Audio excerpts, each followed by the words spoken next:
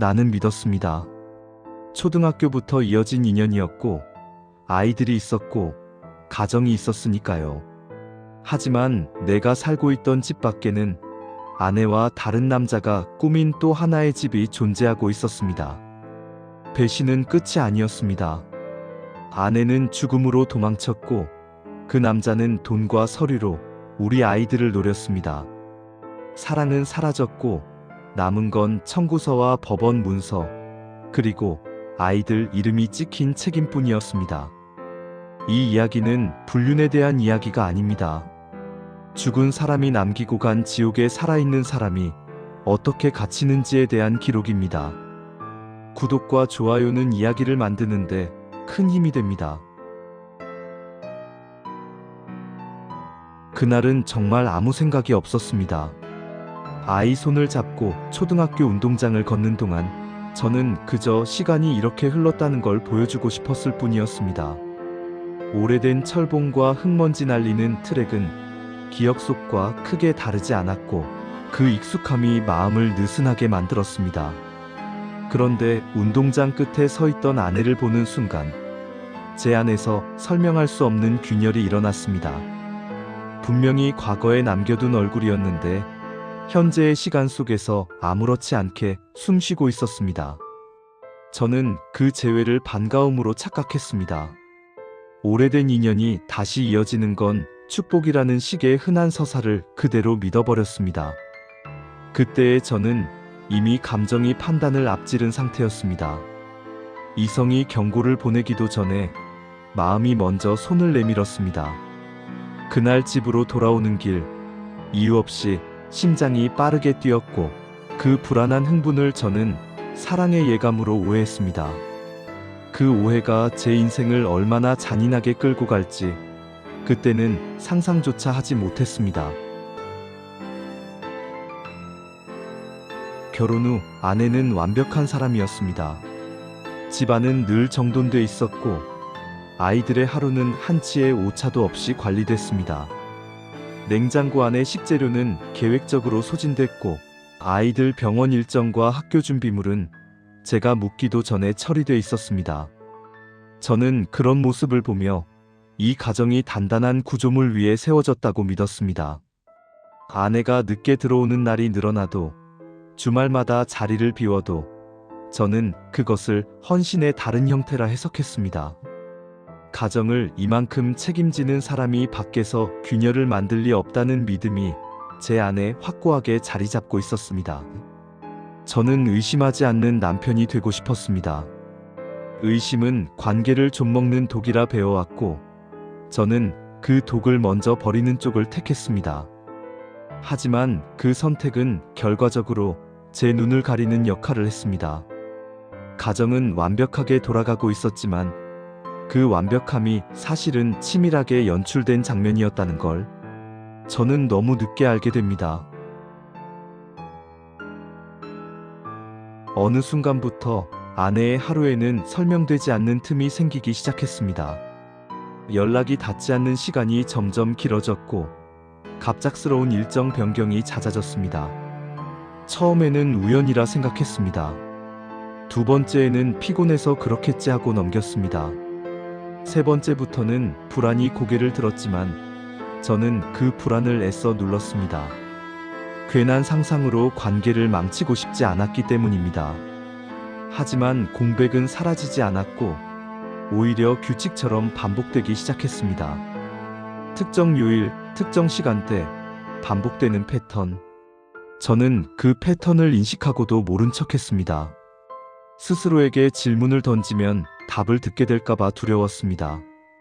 그때의 저는 진실보다 안정이 더 중요하다고 믿고 있었습니다. 하지만 안정은 진실 위에 세워질 때만 유지되는 것이었고, 저는 이미 모래 위에 집을 짓고 있었습니다. 그 사실을 인정하는 순간이 다가오고 있다는 걸 몸은 이미 알고 있었습니다.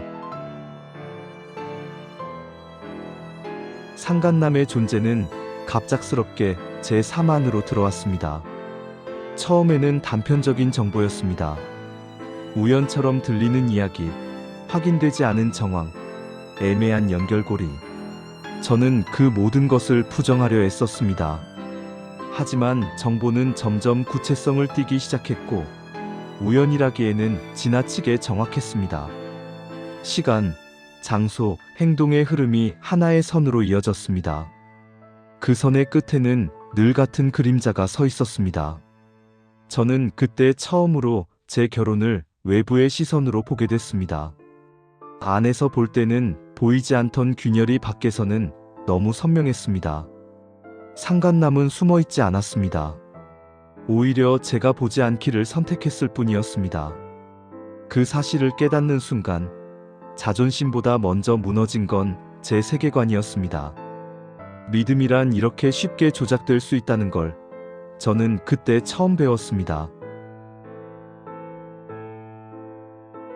확인하지 않으면 더 이상 버틸 수 없는 지점에 도달했습니다. 저는 아내의 흔적을 하나씩 따라가기 시작했습니다. 가방 속 영수증, 차량 이동 기록, 일정 관리 흔적들.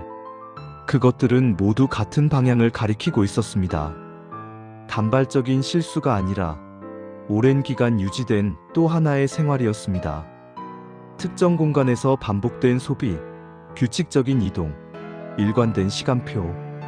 그 모든 것이 이미 하나의 삶을 이루고 있었습니다.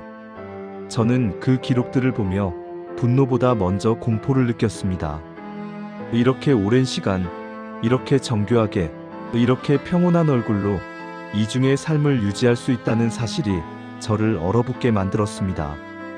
제가 알고 있던 결혼은 껍데기였고 진짜 생활은 다른 곳에서 진행되고 있었습니다. 그 순간부터 저는 더 이상 남편이 아니라 무너진 시스템의 관리자가 된 기분이었습니다. 아내가 집을 비운 날은 특별할 것 없는 평일이었습니다. 아침에 아이들을 챙기고 평소처럼 외출복을 입고 나간 뒤 돌아오지 않았을 뿐이었습니다. 저는 처음엔 단순한 외박이라 생각했습니다. 하지만 해가 지고 밤이 깊어가고 아이들이 잠들 때까지도 소식이 없자 공기가 달라졌습니다. 옷장은 절반만 비어 있었고 중요한 서류는 그대로 남아 있었습니다. 준비된 이별이 아니라 계산된 공백처럼 느껴졌습니다. 아이들은 평소와 다름없는 얼굴로 엄마를 기다렸고 저는 그 얼굴 앞에서 아무 말도 할 수 없었습니다.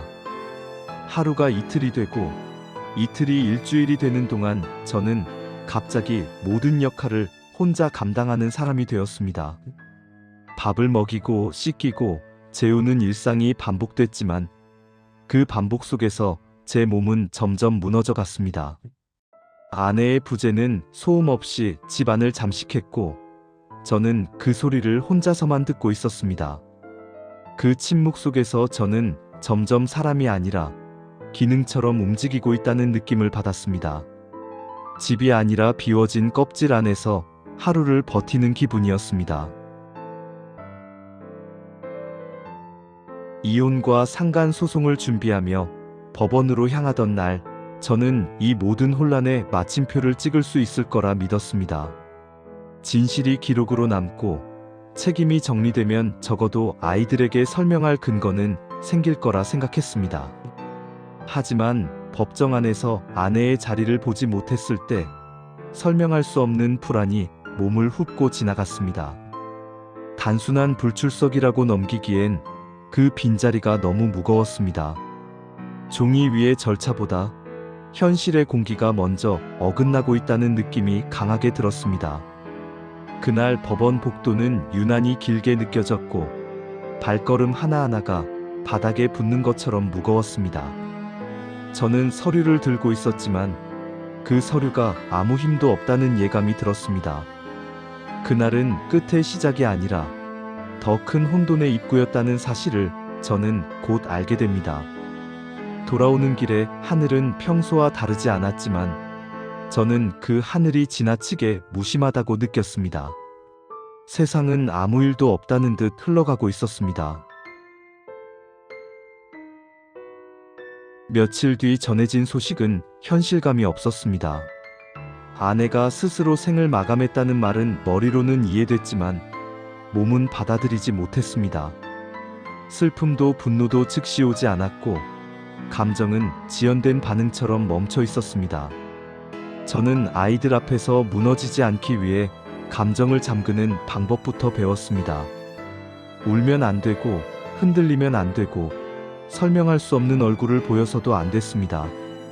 하지만 밤이 되면 억눌린 감정이 서서히 올라와 제 가슴을 눌렀습니다. 분노할 대상은 사라졌고 질문은 남았습니다. 왜, 언제부터, 어디까지였는지. 그 모든 질문은 답을 잃은 채 제 안에서 맴돌았습니다. 죽음은 모든 걸 끝내는 선택이 아니라 남은 사람에게 가장 잔인한 위로를 남기는 장치라는 걸 저는 그때 처음 알았습니다. 그날 이후로 저는 끝났다는 말을 더 이상 믿지 않게 되었습니다. 어떤 끝은 시작보다 훨씬 더 길고 어둡다는 걸 배웠기 때문입니다. 장례식장은 비현실적인 공간이었습니다. 사람들은 슬픔을 요구하는 표정으로 저를 바라봤고 저는 그 요구에 어떻게 응답해야 할지 알 수 없었습니다. 아내의 사진을 바라볼 때마다 함께 웃던 기억과 배신의 장면이 동시에 떠올랐습니다. 애도는 한 방향의 감정이어야 한다고들 하지만 제 안에서는 상반된 감정들이 동시에 충돌하고 있었습니다.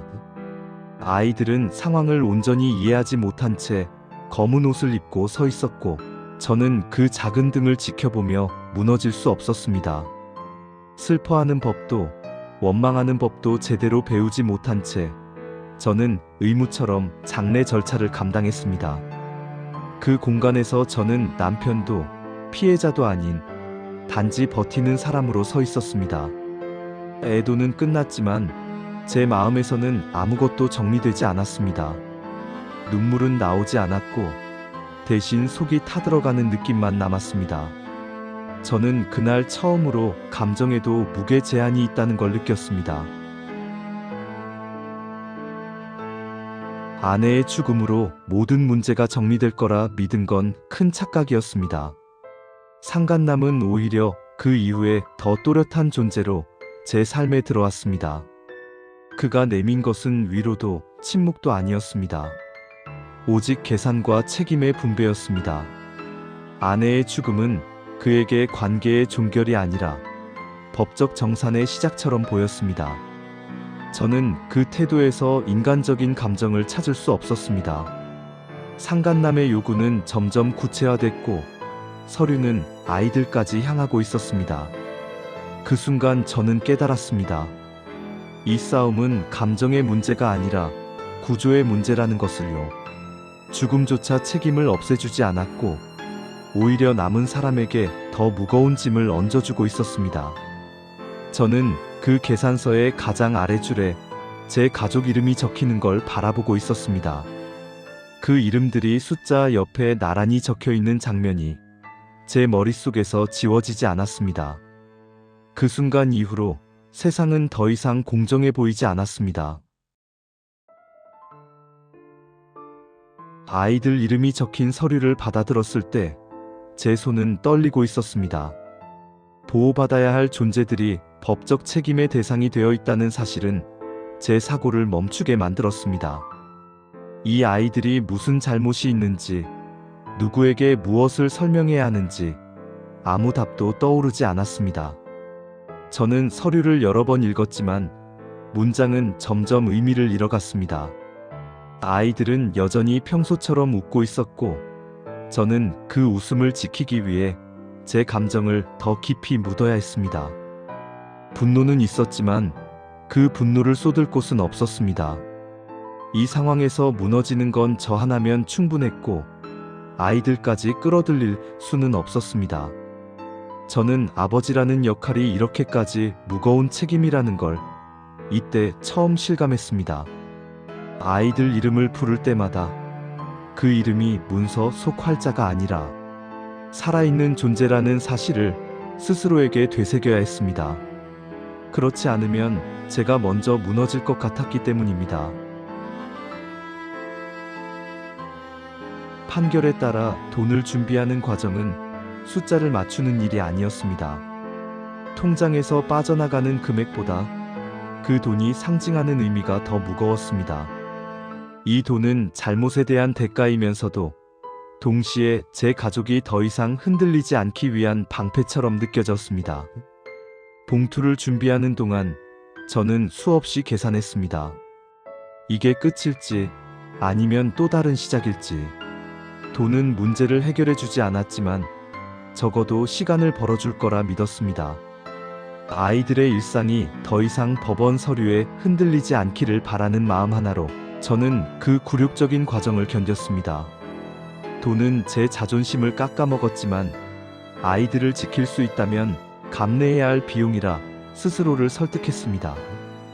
그 설득이 반복될수록 제 안에서 무언가가 조금씩 마모되고 있음을 느꼈습니다. 그래도 멈출 수는 없었습니다. 약속된 자리에서 봉투를 내려놓는 순간 저는 마지막까지 인간적인 태도를 기대했는지도 모릅니다. 하지만 상간남의 반응은 제 기대를 가볍게 무너뜨렸습니다. 확인조차 하지 않는 태도는 이 모든 과정이 그에게 얼마나 사소한지 보여주는 증거처럼 느껴졌습니다. 그 무심함은 제 분노를 정확히 자극했고 동시에 말할 힘을 빼앗아갔습니다. 저는 아무 말도 하지 못한 채 그 자리에 남겨진 공기를 견뎌야 했습니다. 그 순간 이 싸움에서 가장 큰 패배자는 감정을 가진 쪽이라는 생각이 들었습니다. 저는 그날 인간적인 기대를 완전히 접었습니다. 그것이 이 관계를 끝내는 유일한 방법처럼 느껴졌기 때문입니다. 그 자리에서 일어나며 다리가 잠시 떨렸지만 저는 그 떨림조차 들키고 싶지 않았습니다. 마지막까지 초라해 보이고 싶지 않았기 때문입니다. 모든 것이 끝났다고 생각한 뒤 사소한 금액이 부족하다는 통보를 받았을 때 저는 잠시 웃음이 나왔습니다. 그 금액의 크기보다 그 통보가 가진 태도가 저를 찔렀습니다. 마치 제가 잘못을 저지른 사람인 것처럼, 마치 상간남이 선심을 쓰는 사람인 것처럼 상황이 뒤집혀 있었습니다. 그날 밤 저는 불 꺼진 거실에 앉아 한참을 움직이지 못했습니다. 집은 조용했지만 제 머릿속은 소란스러웠습니다. 아내가 남긴 건 사랑도 추억도 아닌 끝없는 자녀 문제였고 저는 그 자녀를 하나씩 처리하는 사람으로 남아 있었습니다. 그 사소한 금액은 제 자존심에 정확히 박힌 쐐기였습니다. 그날 이후로 저는 사소하다는 말이 얼마나 잔인해질 수 있는지 알게 되었습니다. 사소함은 때로 가장 깊이 사람을 찌릅니다. 아내는 죽음으로 모든 선택을 끝냈지만 저는 살아남았습니다. 살아남은 사람에게는 감정보다 생활이 먼저였습니다. 아이들의 밥, 잠, 학교, 웃음이 끊기지 않게 만드는 일이 제 하루의 전부가 되었습니다. 저는 여전히 흔들리지만 무너지지 않기 위해 애쓰고 있습니다. 이 모든 과정을 통해 깨달은 건 하나였습니다. 이 싸움의 목적은 복수가 아니라 더 이상 무너지지 않는 삶을 만드는 것이었습니다. 상간남이 남긴 계산과 서류가 제 가족의 이름을 더럽혀도 저는 그 위에 다른 기록을 쌓아 올릴 겁니다. 아이들이 자라 이 시간을 돌아보게 될 때 저는 부끄러운 침묵이 아니라 끝까지 버틴 흔적으로 남고 싶습니다. 살아남은 사람의 몫은 고통을 지우는 게 아니라 그 고통 위에서도 삶을 지속하는 증명이라는 걸 저는 이제 압니다. 그리고 그 증명은 하루아침에 끝나는 일이 아니라 매일 반복되는 선택이라는 것도요. 저는 오늘도 그 선택을 하고 있습니다.